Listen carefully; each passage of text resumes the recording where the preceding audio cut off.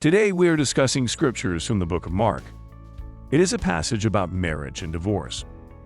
Mark chapter 10 verses 2 to 12. And the Pharisees came to him and asked him, Is it lawful for a man to put away his wife? Tempting him. And he answered and said unto them, What did Moses command you? And they said, Moses suffered to write a bill of divorcement, and to put her away.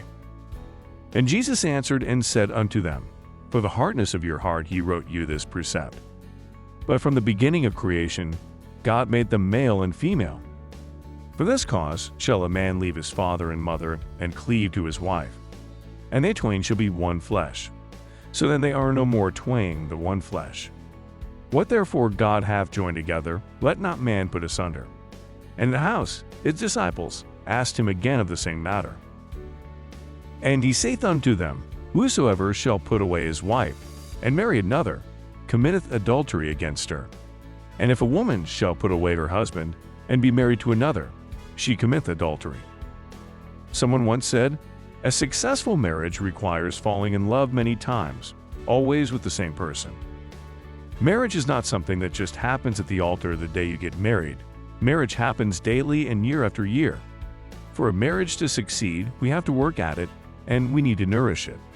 The two people becoming one begins at the ceremony and needs to continue progressing to become one for the rest of their lives. There is a song by Kenny Rogers that speaks about the commitment we should have in a marriage and about how the partners help each other grow together. The song is titled, Through the Years. Due to copyright laws, I can't post it here, but look up the lyrics. It is truly a beautiful testament to the beauty of marriage. As you listen to those lyrics, you can see the love in that relationship. Through the good and through the bad, they relied on each other to get through the years. And that is what Jesus is talking about in these scriptures. We have to work at marriage if we are to see it flourish and survive through the years. I saw a local billboard outside a church that said, Love the wedding, invite me to the marriage. God. Isn't that the truth? We talk about God during the ceremony, but then during the marriage, God is forgotten about. For a marriage to work, God needs to be present along with our willingness to work at the marriage. I've always thought of marriage as being two plus God becoming one. Someone once wrote, Some marriages are made in heaven, but they all have to be maintained here on earth. Another one said, A good marriage is the union of two forgivers. It is maintaining the marriage that is very important. Working and struggling together, forgiving and loving, upholding each other, and putting someone else first in your life are all ways of maintaining a marriage. As Kenny Rogers says in that song, it's better every day. We all go through rough times in a marriage, but it is a testimony to the strength of the marriage when you can look back over those times and see that indeed every day was better. Each day the couple grew closer and stronger together. A funny closing story sums up the idea of working at a marriage. There was once a man and woman who had been married for more than 60 years. They had shared everything. They had talked about everything. They had cut no secrets from each other, except that the wife had a shoebox at the top of their closet that she had cautioned her husband never to open or ask her about. For all those 60 years, the husband had never looked in the box. But one day the wife became very sick, and the doctors said she would not recover. In trying to sort out their affairs, the husband took down the shoebox and took it to his wife's bedside. She agreed that it was time that he should know what was in the box.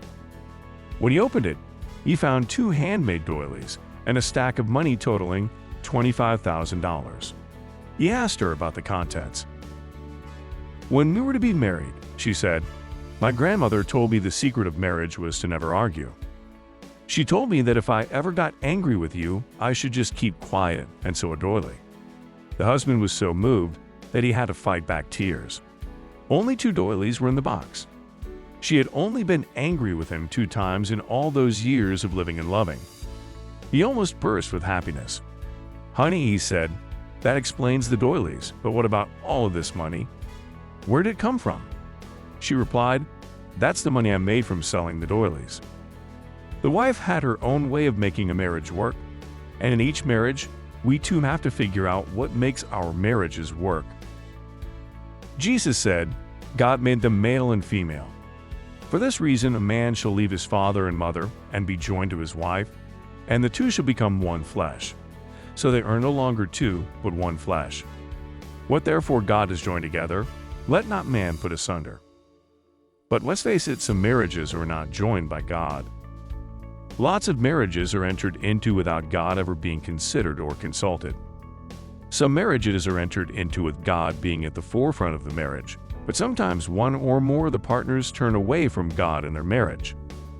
Before we go further in this discussion, I will include an abbreviated version of my own divorce, so that there can be full transparency.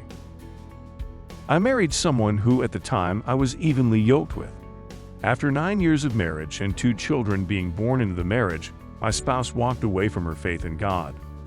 Soon after that, she began drinking and doing drugs. I stayed in the marriage because when I make a commitment I stand by it, and I had always been told it was a sin to divorce. The marriage deteriorated into verbal abuse, and occasionally even physical abuse, and yet I still stayed. One night I was reading a bedtime story to the kids from their children's Bible storybook.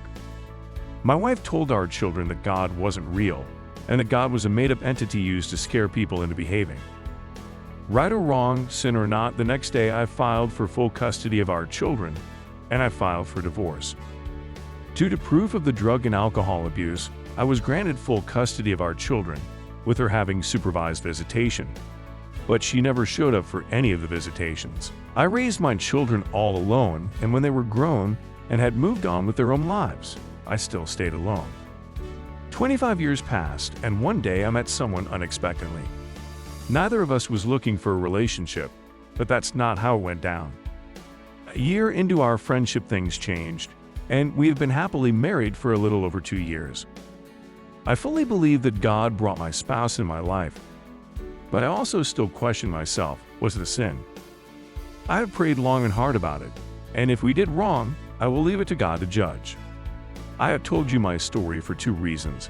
1, to let you all know that we all go through heartbreaking issues, and 2, to let you know that, in my opinion, none of us have a right to judge another.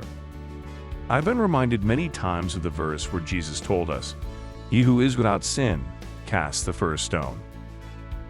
Before we talk any more about divorce, let's look back at these scriptures in the book of Mark chapter 10 verses 2 to 12. I think we will need to look at this passage with 2 different sets of eyes. One set of eyes with grace, and the other set of eyes concerning the law. And today we will discuss both. When we see those in our midst who have been divorced, we can choose to look at their divorce with the eyes of grace. Grace, which says that even though God wanted us to remain together as one, God knew of our sinful nature and knew that divorce would eventually happen. Moses even wrote about divorce, right? And when divorce does happen, it is not our place to judge. We are to comfort and have compassion for those who have experienced this kind of heartbreak in their lives. Or viewing divorce through the eyes of the law, we can see this passage as one where we can feel self-righteous when we see those who have been divorced. We can point to verses 11 and 12 and proclaim that those who divorce and remarry are committing adultery. And we can say that Jesus said this, so it is true. We can judge people and make them feel guilty and sinful about their broken lives. We can feel morally justified in doing so. We can do all sorts of things to make ourselves feel moral and them feel bad. The law states that it is wrong, so there is no argument to be made there. Jesus knew that our sinful selves are not always going to follow through on the commitments we make. So he says in verse 5, Jesus said to them, "For your hardness of heart he wrote you this commandment." Jesus was referring to the commandment that Moses wrote. The hardness of your hearts, looking to your low moral state, and your inability to endure the strictness of the original law, the sinfulness in which we live brought this law about. Jesus said that Moses allowed divorce because it would prevent even greater ill, maybe the murder or abuse of the wife or husband. As we look at these verses through the eyes of grace, we see that Jesus really wanted for us to be in a committed relationship. But at the same time, he knew that because of our fallen state of sinfulness, that it would not always happen. To put it in simple terms, we have divorce laws because of human sinfulness. If human beings were perfect, we wouldn't need divorce laws. Actually, we wouldn't need any laws for anything. We would know and follow God's will in all that we did. But I think Jesus is also saying in these scriptures, as we look at it through the eyes of grace, that marriage is something that is not easy, and we need to work at it. We need to make a commitment to it.